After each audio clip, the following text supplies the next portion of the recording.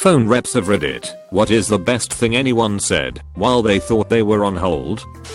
I used to work in the call center for a hospital network. One time a guy called because he wanted his girlfriend to come in for a pregnancy test. This was a pretty normal phone call, but the particular location he wanted to go to had some goofy Medicaid restriction. Because they had a new nurse practitioner, I needed to ask one of my coworkers if I could schedule her for an appointment, but since it was only going to take a second, I just put the phone on mute instead of putting it on hold. That's when I heard the man say, "Hey, the doctor's put me on hold. Come over here and suck a dick." The woman playfully responded, "Or, not while you're on the phone with the doctor. All I want is a little head." He ain't gonna know. Well, okay. And for the rest of the call he was very unfocused, and anytime he asked her a question her answer was garbled and short. It was a weird call. I've got more stories if there's interest. Not a phone rep, but a customer guilty of this. I was on the phone with my cable company and was sure the voice I was talking to was pre-recorded, only had yes/no answers to give up until that point. The voice said please hold while I access your account or something like that. Since I was on hold with a potential robot, I was laughing with my roommate about how weird this pre-recording's voice sounded. Eventually he was all sorry, I'm a real person, and I was mortified. I told him I was sorry, I thought he was a weird sounding robot. He said it was okay, he sometimes pretends to be a robot because his job is boring and he's tired and it's the end of the day. I complimented him on his robot skills. I was so thankful he had a sense of humor, and I felt awful for some time after that. I had an older lady totally forget that I was on the phone at all while I was remotely resetting her cable box. I used to just tell them I'm going to step away from my desk for a drink of water while the box resets, since it takes about 5 minutes to do anything, even though sometimes I'd just sit there on mute until I got a response back from the cable box again. She started having a conversation with her husband and asked what he wanted on his sandwich. She took the phone with her into the kitchen, started making a sandwich, and left the phone in the kitchen, I guess. I tried calling out her name, but she must not have had me on speakerphone, so she just started arguing with her husband, saying you told me you wanted mayonnaise on your sandwich. They argued for a bit, and she made him a new sandwich without mayonnaise. This seemed to satisfy him, and the arguing stopped, but she never came back to the phone. I tried calling her back, but I guess it was an older phone that didn't automatically disconnect the line when one party hangs up, so I got a busy signal. My dad pranks these people all the time. If he picks up the phone and they ask for my mom, they're divorced, he'll pretend to cry and get all upset and say that she died. One time he dragged it out for far too long, and it was really cringing me out, so I picked up the phone in the kitchen and went, "Hey dad, you coming back to bed? This dick ain't gonna suck itself." Worked like a charm. I work stock and customer service for tech support. Now, this wasn't a customer, but we had a district call with all of our employees on it, and one of the guys forgot to put his phone on mute and started cussing about his wife, calling her a bitch, a whore, and said, "Who the fuck she think I am? A bammer? I can't support her lazy ass not working." And then he went on to talk shit about RDM, who was on the call, at which point she piped in, "Do you guys know your phone's not muted?" Guy went silent, and we never heard from him again. At another point in my career I put a gentleman on hold while I checked to see if we had a battery for his phone we could send him. His buddy could be heard in the background. All they both talked about was my accent and what I would sound like with his dick in my mouth. I handed the phone off to a male employee at that point. I was done. Nope. No. So the male employee got on the line with his deep Chero Mexicano accent and told the guy we had one and he'd have to pay by CC. Guy asked what happened to me. He said I didn't like the prospect of foreign objects in my mouth. Dude hung up and never called again. Worked phones for low-level tech support at my university while in college, mostly helping people set up emails and making tickets for faculty/staff. I loved the mute button more than the hold button, so I heard a lot of interesting conversations. For those who don't know, the hold button played music, the mute button just muted my mic, and I could still hear everything on the other end. The faculty and staff would be pretty boring, they were still in an office. Mostly lunch plans and conversations that sounded like office gossip that I wasn't interested in. But the students at home, especially new students setting up their accounts for the first time, a lot of times with their parents. Random arguments about whether or not they were doing the right thing by calling. You'd be surprised how many people get anxious about calling for help. The two that stick out the most. The son calls to get help setting up his account before he comes for orientation. Mom and son argue while they are on hold about whether or not a degree in video game design is a useful path and how he is wasting his life and money. That was the awkwardest conversation I've ever interrupted. The girl who was in my statistics class and sat 2 rows in front of me who, when on hold, decided to bust out her Elvis impersonation. Not once, not twice, but all 3 times that I put her on hold. I was trying to come up with an excuse to put her on hold a 4th time, just for my own amusement, but I couldn't think on my feet fast enough. When I was still in college, I worked for my school calling alumni for donations. I had a guy get really angry at me one time and asked to talk to my supervisor, so I put him on hold shortly and then transferred it to my manager's office, where he put it on speaker for us. We took him off hold to find him in the middle of a terrible anti-Semitic rant that went on for at least 10 minutes about how the Jews had taken over the school and were using it as a front to fundraise for the Israeli lobbying Congress, and how we were all being brainwashed into being Zionists. It was my first day as a loan officer and I wasn't able to get this public school teacher pre-qualified for a loan. She had millions in assets according to her, but her bank balance showed a negative amount. She went on and claimed she patented reverse osmosis, designed buildings in Bay and Drive. Pepper was her idea, but it is stolen from her. She wasn't done there. She could buy and sell my foreign ass if she wanted. I'm American. To top it off, she kept calling and harassing me after the initial call with lines like, "Just because I got bad credit y'all won't give me a Motherfucking loan. Just because I ain't got money you're going to deny me. I will have your ass Kasim. My name is nothing like Kasim. Princess Diana's assistant was my friend and she will give me your job." Yeah. She was a public school teacher. She deserves to be institutionalized. Sorry the situation isn't exactly as the title asks, but reading these stories reminded me of a funny thing that would happen every month or so at this massive warehouse I worked in.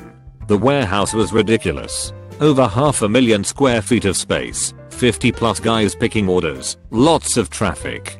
There were phones at the ends of the aisles, primarily for calling in injuries or paging maintenance guys, etc. The phones could be used to page the entire building, and it was impossible to know which phone was making the announcement. Every now and then, you'd hear the beep of the par coming on, then a minute or so of porn being played off someone's iPad. I remember another time when some of the dickheads CS were doing a walkthrough, someone put on the Imperial March. I work for a company that registers domain names. Normally changing information on the accounts is pretty simple with account passwords and such, but if you claim that you forgot all your shit, we resort to scanned photos and paper bills. A guy calls in telling us that he had faxed info for a rather valuable domain name. I put him on mute as to get my super to check the fax machine so I can continue to process him, and he starts telling someone else in the room his boss will pay for firing him. I tell the guy we need to call him back and contact the company in question. Talk to the boss and sort everything out. TL. Dr. Guy tried to hijack valuable domain name. Brags to accomplice while on mute. Blows operation. Possible jail time too, from what I have heard from legal. Just after Michael Jackson died, I was doing tech support and billing for Comcast TV. I preferred internet support, and this woman from Philadelphia called in being all pissed off because her cable was out. I checked into it, and there was an outage. We'd already become aware of it. According to her though, her cable was out because Comcast don't want black people to know Michael Jackson dead. I also had another old guy who went on at me for an hour about being in the Vietnam War. An hour. Our AHT was supposed to be around 5 minutes. He seemed like a very nice old guy and just needed someone to talk to. Turned out he was trying to gain my sympathy. After an hour of that, he just suddenly goes, "I want a month of free service because my cable was out for a few hours yesterday." I told him it wasn't possible, but he could have a day credited back to his bill, and he lost it. He screamed at me for another 20 minutes. I was quite happy that immediately following that call they asked me if I wanted to go back to internet repair. This is my first comment on Reddit. I called Redbox because my DVD would not return. When my phone call was answered, a Canadian picked up. He proceeded to connect to the machine, which took a while. In the meantime, he asked me what I was doing in Florida. I told him I was on a lacrosse trip with my school. Funny enough, he played box in Canada and loved lacrosse. We proceeded to talk for about 30 minutes, and he was the nicest guy. Once we finished our conversation, I thought it would be nice to call back and ask to speak to his boss and tell him what a wonderful rep he was. I called back and got hold of the manager and told him how great John was. The manager told me he was up for promotion and my call would probably cement it when he came up for review. John, I really hope you got your promotion. On the topic of call centers, whenever I speak to somebody in customer services at a big company, I'll often receive one of those rate your experience emails a couple of days later, where your opinion is sought on how helpful the attendant was, etc. I always like to write a paragraph slathered in praise in the comments section. The most politest helpful person I have ever dealt with. Please promote her immediately. If he was a pancake, he would be a very nice pancake. Sublime service. Please treat him to a cookie or two and bill the amount to my debit card. Hopefully it raises a smile or two and the folks responsible get a hearty well done or a pat on the back from their managers. I was trying to get a CC hold released for a customer once and had been out on hold with 4 different people. The 5th time I put the phone on speaker so I could work on something else. Friend comes into my office and asks about it, and I went off on a rant about how hard they made everything.